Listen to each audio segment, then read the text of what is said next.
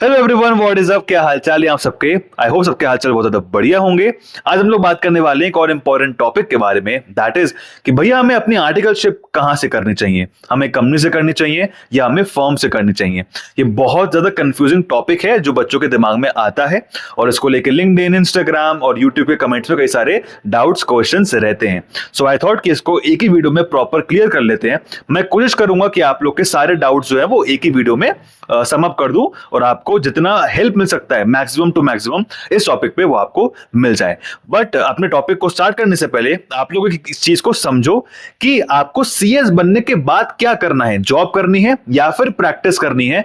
ये जो डिसीजन है ये बहुत हद तक डिपेंड करता है कि आप लोग अपनी आर्टिकलशिप कहां से करते हो। सो इस चीज को ध्यान रखना। हम लोग देरी नहीं करेंगे, स्टार्ट करते हैं सीधा टॉपिक पर। सबसे पहले हम लोग बात करते हैं कि अगर आप सीएस की आर्टिकलशिप करते हो कंपनी से तो उसके एडवांटेजेस क्या क्या हैं। द फर्स्ट एडवांटेज ये है कि अगर आप एक कंपनी में जाते हो तो आप समझो कि आप पहली बार रियल कॉर्पोरेट वर्ल्ड, जो प्रैक्टिकल कॉर्पोरेट कल्चर है, कॉर्पोरेट वर्ल्ड है, उसको एक्सपोजर आप लोग को सबसे पहले मिलता है। आप सोचो कि आप लोग एग्जीक्यूटिव की तैयारी करते हो, प्रोफेशनल की तैयारी करते हो, तो आप वो चार दीवारी में बंद होकर प्रॉपर फोकस के साथ पढ़ते हो। बिकॉज हमारा सीएस कोर्स डिफिकल्ट कोर्स है, one of the India best courses में आता है, डिफिकल्ट कोर्सेज में आता है। सो वहां पे आपको फोकस करना होता है खाली एग्जाम्स में। बट जब आप आर्टिकलशिप के लिए निकलते हो आप लोग प्रैक्टिकल, आपको एक्सपोजर मिलता है कॉर्पोरेट वर्ल्ड में कैसे काम किया जाता है, कैसे प्रैक्टिकल एमसीए की साइड पे, बीएससी की, एनएससी की साइड पे प्रैक्टिकली वर्क किया जाता है, कैसे प्रैक्टिकली ड्राफ्टिंग होती है, क्या वैसे ही होती है जो हमें ड्राफ्टिंग सब्जेक्ट में पढ़ाई जाती है। तो वो सब चीजों के बारे में आप लोग को पता चलता है। सेकंड एडवांटेज इज कि आप लोग को स्पेशलाइजेशन करने का एक मौका मिल जाता है अगर आप लोग कंपनी में आर्टिकलशिप करते हो तो। आपको पता है अगर आप एक फर्म में जाते हो तो आपको वैरायटी ऑफ वर्क सीखने को मिलता है। बट यहाँ पे कंपनी में कॉर्पोरेट लॉ और सिक्योरिटीज लॉ, ये दो लॉ ऐसे हैं जहां पे आप बहुत अच्छे से स्पेशलाइजेशन अचीव कर सकते हो। अगर आप कोई प्राइवेट कंपनी, पब्लिक कंपनी में आर्टिकलशिप करने जाते हो तो कॉर्पोरेट लॉ है और साथ ही साथ कोई ऐसा लॉ है जो बेसिक उस कंपनी से जुड़ा हुआ है। अगर कोई एनबीएफसी वगैरह जैसे कोई होती है या कोई प्राइवेट कंपनी है which is dealing in foreign currency वगैरह, तो आरबीआई वगैरह है। तो मेनली कॉर्पोरेट लॉ है, साथ ही में जितने भी एलाइड लॉज हैं उसकी स्पेशलाइजेशन आपको करने को मिल जाती है।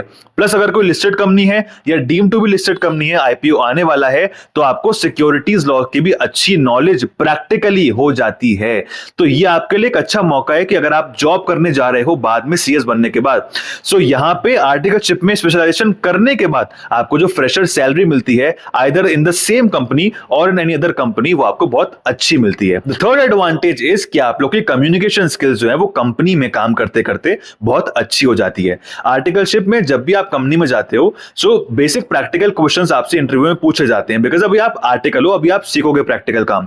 बट धीरे धीरे जब आप लोग सीनियर मैनेजमेंट के साथ, बोर्ड के साथ उनसे इंटरेक्ट करना शुरू करोगे, आप कंपनी के जो भी रेगुलेटर्स हैं, एमसीए है, सेबी है, आरबीआई है या income tax department, GST department, अलग अलग डिपार्टमेंट्स हैं, जब आप कंपनी के बिहाफ पे इनसे बात करने जाओगे तो आप लोग की जो कम्युनिकेशन स्किल्स हैं आइदर डिजिटल, मतलब जो आपको ड्राफ्ट करना है मेल्स वगैरह, रिप्लाईज वगैरह, या फिर ओरल, अगर आप ओरली जा रहे हो, उनसे मीट कर रहे हो अलॉन्ग विद योर सीनियर्स और आप अकेले जा रहे हो, तो आपकी कम्युनिकेशन स्किल्स जो है वो बहुत अच्छी होती हैं।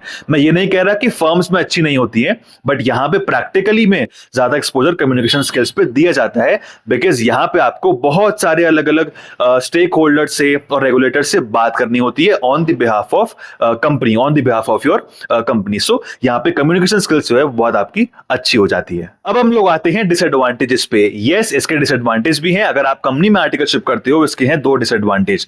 द फर्स्ट इज कि आपको वैरायटी ऑफ वर्क नहीं मिलने वाला है।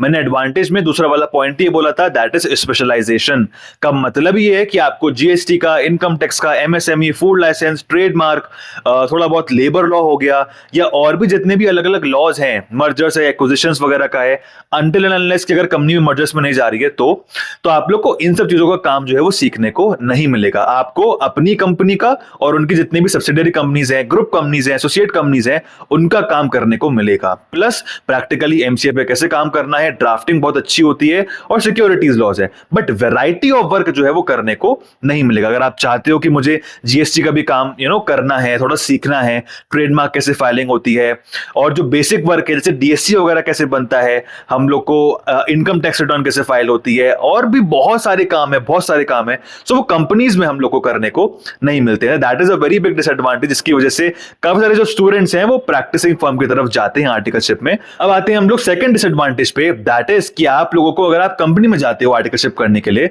तो आपको अगर प्रोफेशनल पास से पहले आप लोग आर्टिकलशिप करते हो, हालांकि अब बहुत पॉसिबल नहीं रहा है, पता नहीं क्यों, कंपनीज जो है वो जनरली प्रोफेशनल पास बच्चों को ही लेती है, बट अगर आपकी प्रोफेशनल पास से पहले भी कंपनी में आर्टिकलशिप लग जाती है, सो एग्जाम्स के लिए लीव जो है वो बहुत मुश्किल से आप लोग को मिलती है कंपनीज में, बिकॉज कंपनीज चाहती है कि हम लोग प्रॉपर 21 मंथ्स के लिए एक आर्टिकल को चूज करें और बीच में उसको कोई भी लीव्स वगैरह ना दें, बिकॉज कंपनीज में ऑलरेडी ट्रेनीज इतने सारे नहीं होते जितने सारे फर्म्स में अपॉइंट हो जाते हैं। फर्म्स में 4, 5, 6, 7 you can appoint trainees, but companies में मैक्सिमम 2 to 3 और 3 to 4 ही ज्यादातर ट्रेनीज रहते हैं, उन्हीं को सारा कंपनी का काम वगैरह देखना पड़ता है। So they do not allow the employers, आपका जो हेड सीएस है जिसके थ्रू आपका अपॉइंटमेंट हुआ है, जो आपका सीनियर एम्प्लॉयर है, वो जनरली आपको लीव्स वगैरह एग्जाम के लिए नहीं देता है। तो आपको इंश्योर करना है कि यार कॉन्ट्रैक्ट साइन करने से पहले, एग्रीमेंट साइन करने से पहले, या वहां पे जाने से पहले आप एक बार एम्प्लॉयर से, अपने सीनियर हेड सीएस से बात कर लो कि क्या मुझे लीव्स मिल पाएंगी।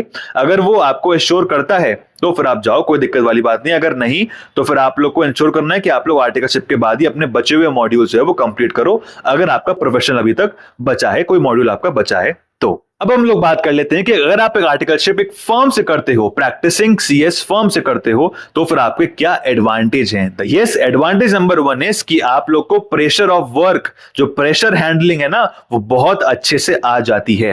कंपनीज में इतना प्रेशर नहीं होता है, मतलब हर एक दिन पे तो नहीं होता है, तब होता है जब बोर्ड मीटिंग आती है, ईजीएम्स आती है, तब प्रॉपर कंप्लायंस करना पड़ता है, बट हर डे नहीं होता। बट फर्म्स में हर दिन प्रेशर होता है एम्प्लॉयर पे, क्योंकि जितने ज्यादा क्लाइंट्स होते हैं उतनी ज्यादा डेडलाइंस होती हैं, और जितने ज्यादा क्लाइंट्स होते हैं उतने क्लाइंट्स के अलग एक्सपेक्टेशंस होती हैं। सो वहां पे प्रेशर बहुत ज्यादा रहता है, और मल्टीपल वैरायटी ऑफ वर्क है।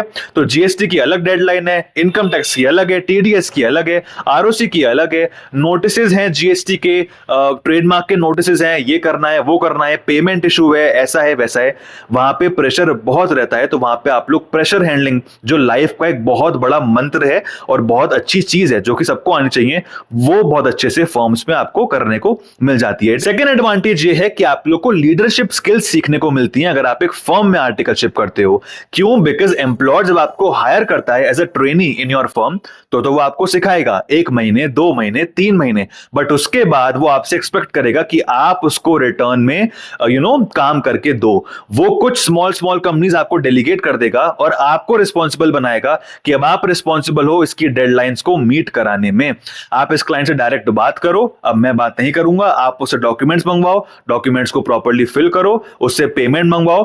फर्म्स में ऐसा होता है। सो आपको लीडर बनने का मौका मिलता है, आपको आगे आने का मौका मिलता है कि यस, मेरे अंदर भी वो कला है कि मैं धीरे धीरे अपने काम के लिए रिस्पॉन्सिबल बनूं। ठीक है, अल्टीमेटली फाइनली रिस्पॉन्सिबल तो एम्प्लॉयर ही रहेगा अगर कुछ गलती वगैरह हो जाती है। And now we come up to the disadvantages कि अगर आप आर्टिकलशिप करते हो एक फर्म से, तो यस, इसमें भी डिसएडवांटेज है, 2 डिसएडवांटेज है। सबसे पहले बात करेंगे, अगर आपने कोई ऐसी गलती करी जिससे रिवर्स बैक नहीं आ सकते, तो भैया एम्प्लॉयर कभी कभी गुस्से में बहुत कुछ बोल जाता है। प्रैक्टिसिंग फर्म्स में ऐसा वैसे नहीं होता है, 99% ऐसा नहीं होता है, बट जहां पे हमने देखा है कई बार कि 0.51% कभी कभी ऐसा होता है कि कभी कभी एम्प्लॉयर को वो लॉस झेलना पड़ता है, बिकॉज आर्टिकल के ऊपर आप नहीं रह सकते, because you are responsible, the employer is responsible for the loss. But loss वो इतना बड़ा होता है, चाहे वो मॉनेटरी हो या फिर वो इमोशनली हो, कैसा भी हो, कभी कभी एम्प्लॉयर जो है वो गुस्से में आके आपको कुछ बोल देता है। ऑफ कोर्स वो गुस्सा ही होता है और कुछ नहीं होता, उसको पर्सनल इंटेंशन नहीं होती आपको कुछ बुरा कहने का या फिर आपकी इमेज खराब करने का, कोई पर्सनल इंटेंशन नहीं होती, बट वो कुछ बोल देता है। आपको देखना है कि हाँ आपकी गलती है, तो आप उसको एक्सेप्ट करो। जो वो डांट रहे हैं वो आपकी भलाई के लिए डांट रहे हैं, तो एटलीस्ट उसको एक्सेप्ट करके उनको सुनो, क्या जो भी गलती करी, और उसको इंश्योर करो कि आप लोग बाद में उसकी गलती वो ना दोहराओ। And the second disadvantage is कि आपको लीव्स तो मिल जाती हैं फर्म्स में एग्जाम्स के बीच में। अगर आपका कोई प्रोफेशनल का एग्जाम रह गया है, कोई मॉड्यूल रह गया है, तो आपको वो तो लीव्स मिल जाएंगी आराम से, बिकॉज वहां पे मल्टीपल ट्रेनीज हैं, मल्टीपल एम्प्लॉयज काम कर रहे हैं अलग अलग, बट आपको एनओसी नहीं मिल पाती है। अगर आप फर्म में काम करते हो तो हमने देखा है, नोटिस करा है, मैंने खुद नोटिस करा है कि आपको बीच में एनओसी नहीं मिलने वाली है। मतलब वो चाहते हैं कि प्रॉपर 21 महीने आप लोग हमारे साथ ही रहो। ऐसा क्यों होता है? बिकॉज एम्प्लॉयर सब मानता है कि अगर आप एक फर्म में आए हो आर्टिकलशिप करने, आपने उसको 2 महीने 3 महीने दिए, उसने आपको सिखाया और उसके बाद आपने कहा कि नहीं भैया मुझे यहाँ काम नहीं करना है, अब मैं यहाँ से जा रहा हूं। तो जब रिटर्न देने की बारी आई, मतलब जब आपको वो काम डेलीगेट करने वाला था, अपनी मेहनत का फल लेने वाला था आपसे, तब आपने कहा कि मुझे एनओसी दो, तो वो आपको एनओसी नहीं देंगे। बिकॉज वो चाहते हैं कि मेरा काम मेरे साइड से हल्का हो जाए, मैं जो है इस बच्चे को जो मैंने सिखाया है मैं उसको काम डेलीगेट करूं ताकि हमारा जो काम है वो डिस्ट्रीब्यूट हो जाए। सो वहां पे एनओसी लेने में बहुत दिक्कत बाद में आती है। सो इंश्योर करो कि आप किसी फर्म में जा रहे हो तो पूरे 21 महीने वहां पे काम करो। पहले से थोड़ी बहुत रिसर्च करके रखो कि ये फर्म में किस तरीके का काम होता है, क्या आपकी जो एक्सपेक्टेशंस है वो मीट पहले हो पा रही है, नहीं हो पा रही है। So try to understand all those important things जो बाद में आपको दिक्कत ना करे, चाहे वो कंपनी हो चाहे वो फर्म हो, जो भी हो। So that is what all I want to clear about articleship. की कंपनी से करनी है, फर्म से करनी है, भाई ये थे इसके एडवांटेज, ये थे इसके डिसएडवांटेज। दोनों के एडवांटेज डिसएडवांटेज दोनों होते हैं, बिकॉज मैंने आपको पहले भी बोला कि सिक्के के दोनों पहलू होते हैं। तो प्रोज एंड कॉन्स दोनों है। जिस बच्चे का माइंडसेट क्लियर है कि उसे आर्टिकलशिप फर्म से करनी है वो फर्म से करे, कंपनी से करनी है भाई कंपनी से करे। बट जिस बच्चे को कंफ्यूजन है वो ये वीडियो प्रॉपरली पूरा देखे, मैं चाहता हूं। और जो भी प्रोज एंड कॉन्स मैंने बताए हैं वो प्रॉपर पेन लेकर, पेपर लेकर उसको लिखे, पेपर पेन लेकर, और डिसाइड करे अपने सर्कमस्टेंसेस के हिसाब से कि मुझे क्या करना है। आई होप आपको अच्छा लगा होगा वीडियो। अगर अच्छा लगा हो, अगर यूजफुल लगा हो, do give it a like, comment करो क्या बेस्ट पार्ट लगा। अभी भी कोई डाउट है आराम से पूछ लो, कमेंट ना करूं, रिप्लाई ना करूं, ऐसा नहीं हो सकता। एंड हम लोग मिलते हैं बहुत जल्द एक ऐसे इंफॉर्मेटिव एंड यूजफुल वीडियो के साथ।